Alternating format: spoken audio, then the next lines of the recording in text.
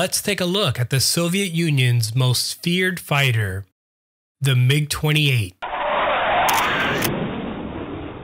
The MiG-28, codenamed Fakeout, was a Cold War-era Soviet fighter that was feared by all NATO pilots.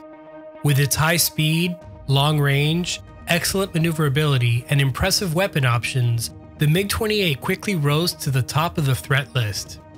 Conceived as an air-to-everything fighter platform, today we will look at the development and operational history of the MiG-28, including 2 encounters over the Indian Ocean which forever changed its fate.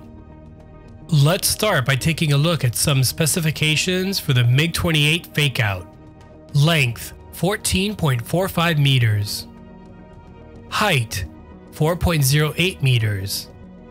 Wingspan: 8.13 meters. Empty weight: 4,349 kilograms. Maximum takeoff weight: 11,214 kilograms. Engines: each RD-36 produces 50 kilonewtons of thrust dry or 81.3 kilonewtons of thrust with afterburner.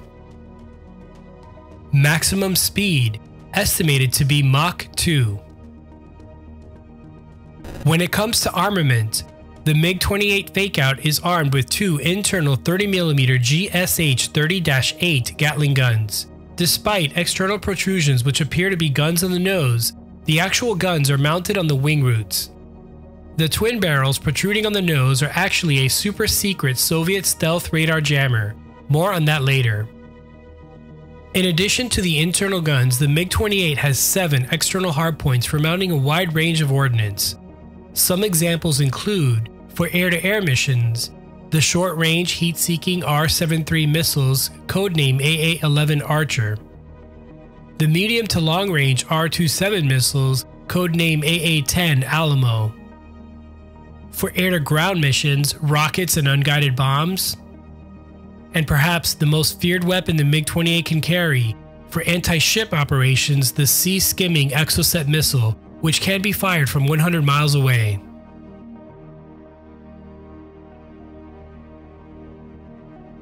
The need for the MiG-28 grew out of the sudden advancement of 4th-generation US fighters, which themselves became known as the Teen Series. The advent of the F-14, F-15, F-16, and F-18 caused the Soviet Union to realize that their MiG-21s and MiG-23s were no longer on par with the new American fighters. As a result, the super-secret project which would lead to the MiG-28 was conceived.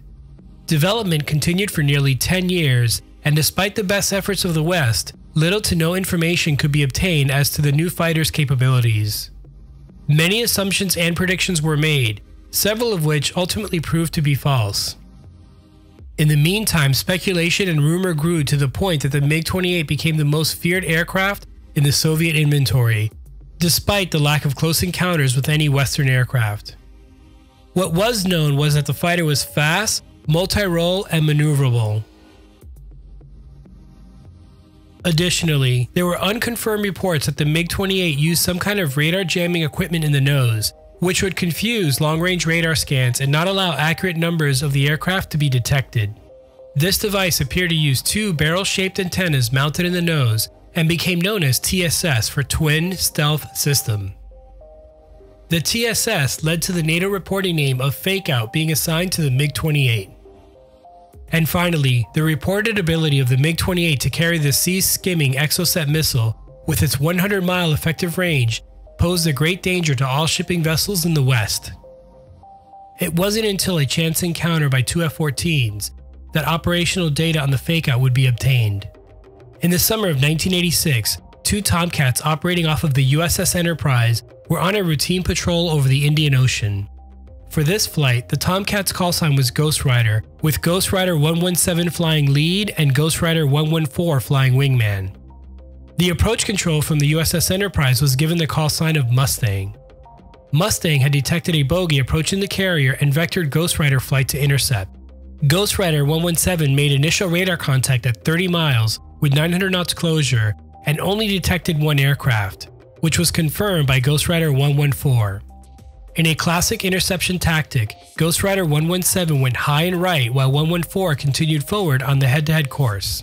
Following the merge by 114, the Tomcat pilots realized that they were in the first close encounter with MiG-28s. Meanwhile, Mustang was monitoring the distance of the MiGs to the carrier and readying its Alert 5 aircraft. Following standard procedure, it was decided that if the MiGs broke 150 miles, the Alert 5 aircraft would be launched. By this time, Ghost Rider 114 obtained missile lock on the lead MiG-28, which caused it to disengage from the encounter. Ghost Rider 117, however, was not as fortunate. Having lost his MiG in the sun, the MiG was able to maneuver and obtain a perfect firing position. Ghost Rider 117 then requested permission to fire, but in a long-standing Cold War policy to prevent escalation, was told not to fire unless fired upon. By this time, Ghost Rider 114 was in a trailing position on the second MiG and realized that the MiG was not going to fire. After performing an aggressive formation maneuver, the second MiG also disengaged. Having heard the rumors about the Fakeout and himself falling victim to a missile lock by the fearsome MiG-28, Ghost Rider 117's pilot was so shaken up, he quit flying as soon as he returned to the carrier. Evidently, he had been holding on too tight and had lost the edge. However, there was a silver lining.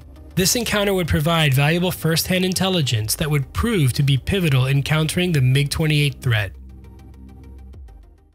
The Navy was keen to train its pilots to neutralize the MiG-28s before they could get inside the 100-mile danger zone and launch their Exocet missiles. As a result, training efforts were ramped up significantly, especially at the Fighter Weapons School, which at the time was located at Miramar. The top 1% of fighter pilots in the fleet were invited to partake in an intense 8-week training program. To help pilots train, F-5s and A-4s were used as MiG simulators.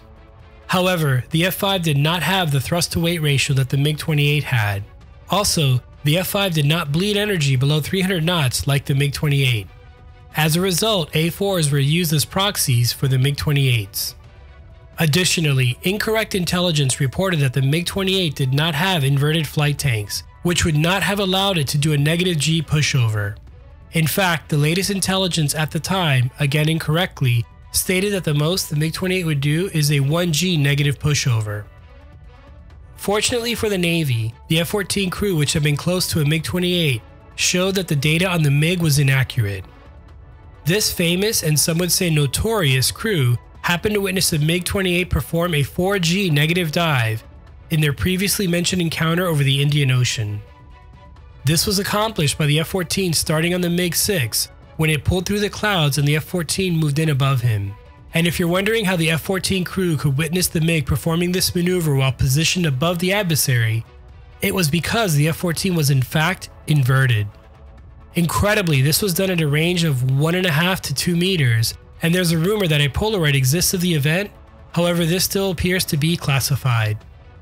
This extremely close range was due to the fact that the F-14 crew was communicating with the MiG-28 using hand signals, in an attempt to keep up foreign relations.